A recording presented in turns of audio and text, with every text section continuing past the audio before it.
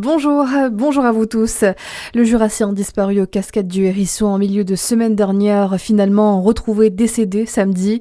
La recherche du septuagénaire qui avait mobilisé un important dispositif de recherche dans le Jura après l'alerte lancée par ses proches. Selon nos confrères de La Voix du Jura, l'homme de 71 ans était parti randonner mercredi et n'avait plus donné signe de vie. Son véhicule avait été retrouvé sur un parking à Bonlieu. Les circonstances de sa mort n'ont pas été communiquées à ce stade.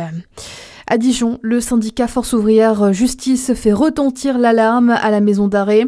L'établissement pénitentiaire qui avait vu deux de ses détenus s'évader il y a quelques mois alerte quant à la situation au sein de la prison dans un communiqué publié en fin de semaine dernière. Pour les représentants du personnel pénitentiaire, le navire coule. L'établissement qui est l'un des plus surpeuplés de France, Val-de-Marne-de-Lage. 340 détenus pour 180 places, statistiques du ministère de la Justice qui indique un taux d'occupation de 189%. Déjà en novembre, les syndicats expliquaient avoir dénoncé le manque de moyens humains depuis plusieurs mois. Depuis, la situation a empiré, nous apprend Force Ouvrière. Le quartier disciplinaire a été fermé pour travaux, il n'aurait toujours pas débuté et les gardiens se retrouvent dépourvus de moyens de sanction. Le personnel dénonce aussi un abandon administratif en raison du manque d'effectifs et une gestion au rabais. FO demande donc un plan de transfert massif pour désengorger et la réouverture d'au moins une cellule disciplinaire. Il en va de la sécurité des agents, nous dit le syndicat. Et sans réponse favorable de l'administration pénitentiaire, Force Ouvrière menace d'appeler au blocage total de l'établissement. Près de 20 000 écoles publiques disparues en 40 ans en France selon les données du ministère de l'Éducation nationale. Et la Bourgogne-Franche-Comté figure parmi les zones les plus touchées par ce phénomène.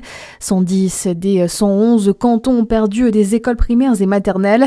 Seul le bassin de vie de Sennecey-le-Grand avec ses 9 communes n'a pas connu de fermeture d'un établissement. En 40 ans donc, le bassin de Dijon lui a perdu 62 écoles ou encore 43 dans celui de Chalon-sur-Saône.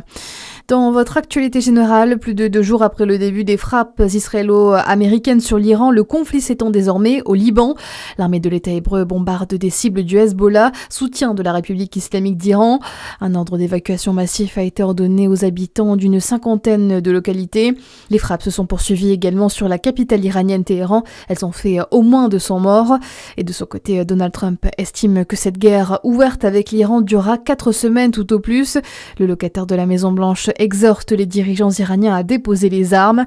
Les tirs de ripostes iraniens ont fait plusieurs morts à Jérusalem, mais aussi auprès des soldats américains. Pratiquement 28% de visiteurs en moins cette année au Salon de l'Agriculture. La plus grande ferme de France a fermé ses portes hier à Paris. Des résultats imputés par les organisateurs à l'absence des bovins cette année sur les stands. Voilà pour l'essentiel. À suivre la météo sur Fréquence Plus.